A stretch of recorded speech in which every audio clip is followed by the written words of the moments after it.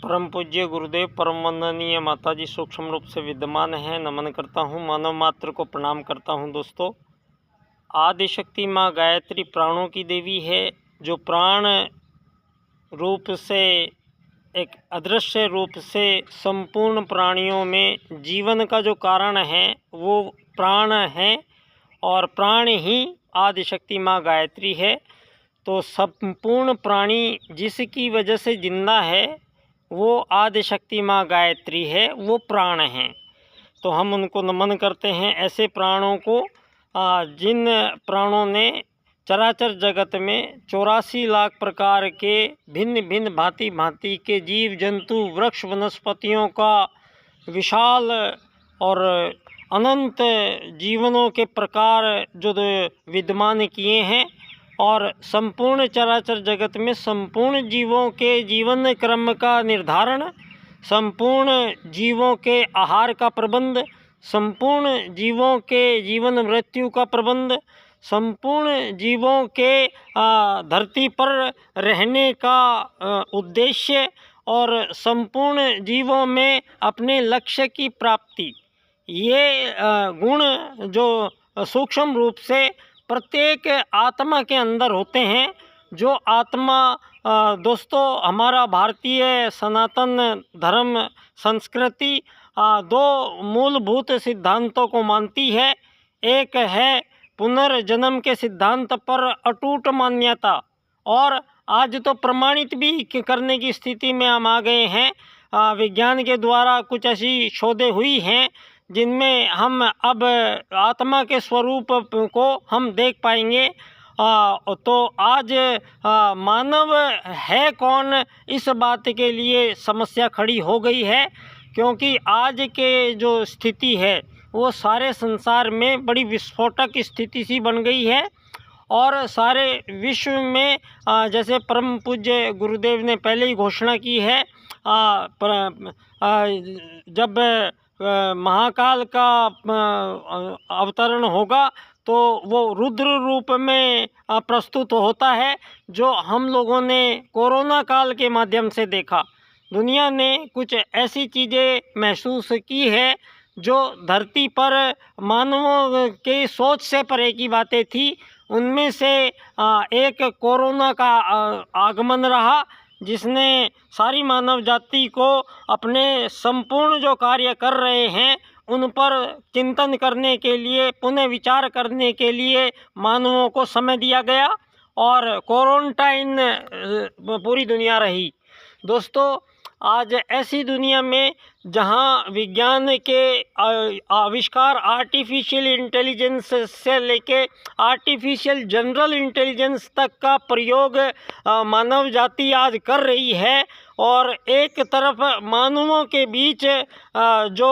आगे आगामी जो इस परिस्थिति बन रही है, आर्टिफिशियल इंटेलिजेंस का प्रयोग करने के बाद संपूर्ण प्रकार के सर्वे ये पहले ही घोषणा कर रहे हैं कि मानव जाति जो आज धरती पर कार्य कर रही है उनमें से 80% कार्य यहाँ पर रोबोट और मशीनें आर्टिफिशियल इंटेलिजेंस की मदद से कर रहे होंगे। तो मानव द्वारा जितने भी कार्य धरती पर किए जा रहे हैं उनको करने की आवश्यकता मानवों को नहीं पड़ेगी।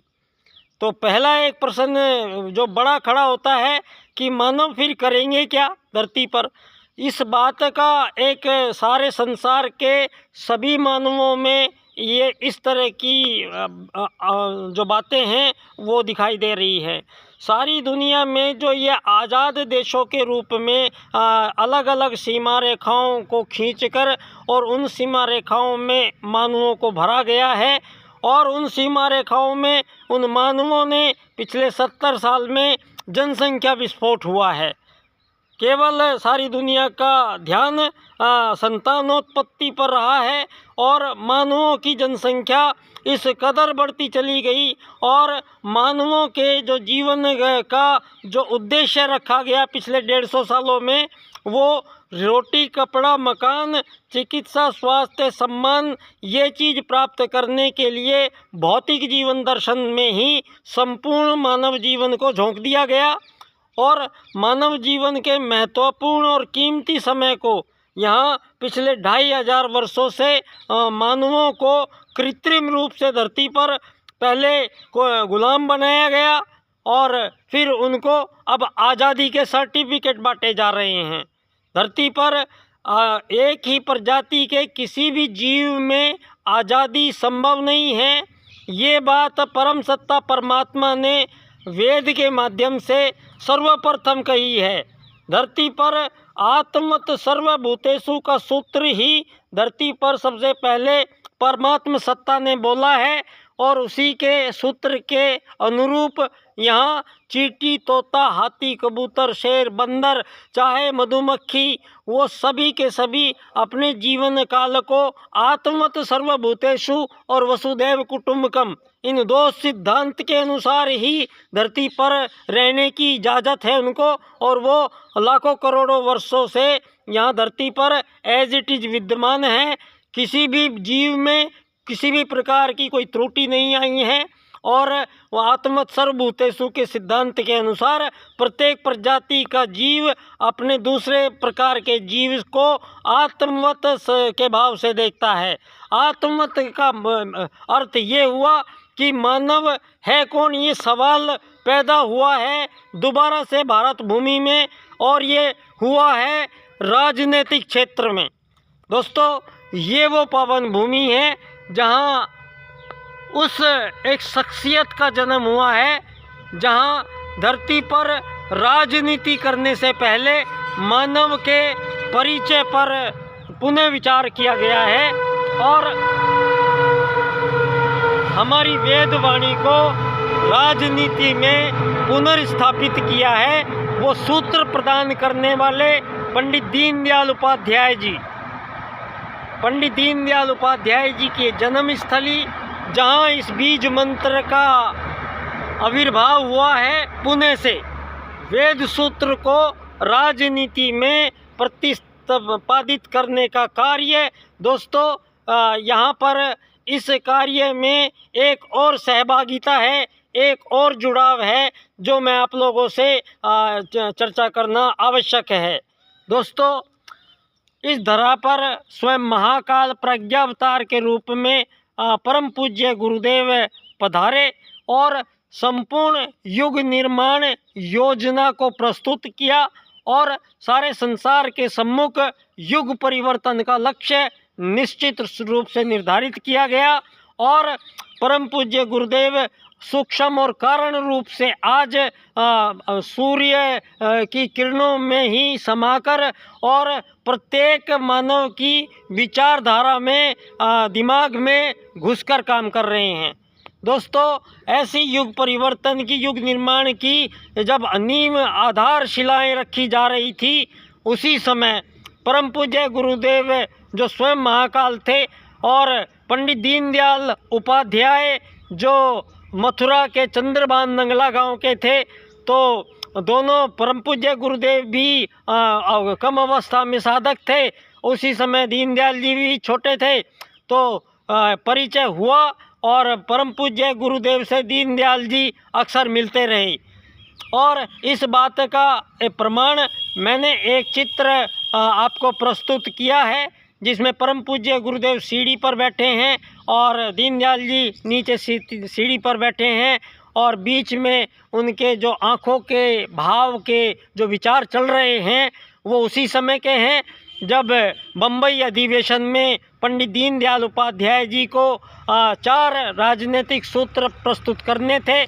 तो परम पूज्य गुरुदेव से ही आत्मत सर्वभूतेषु की सिद्धि राजनीति में करने का महता कार्य करने वाले वो देव पुरुष, वो एक ऐसे राजनेता यहाँ इस धरा पर जन्मे हैं। ये धरा धानक्य स्टेशन जयपुर राजस्थान में है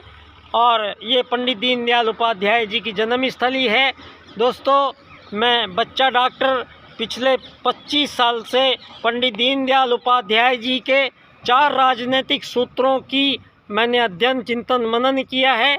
और जब इनके 4 सूत्र को एक क्रम विशेष में रखकर जब इनका व्याख्यान किया गया है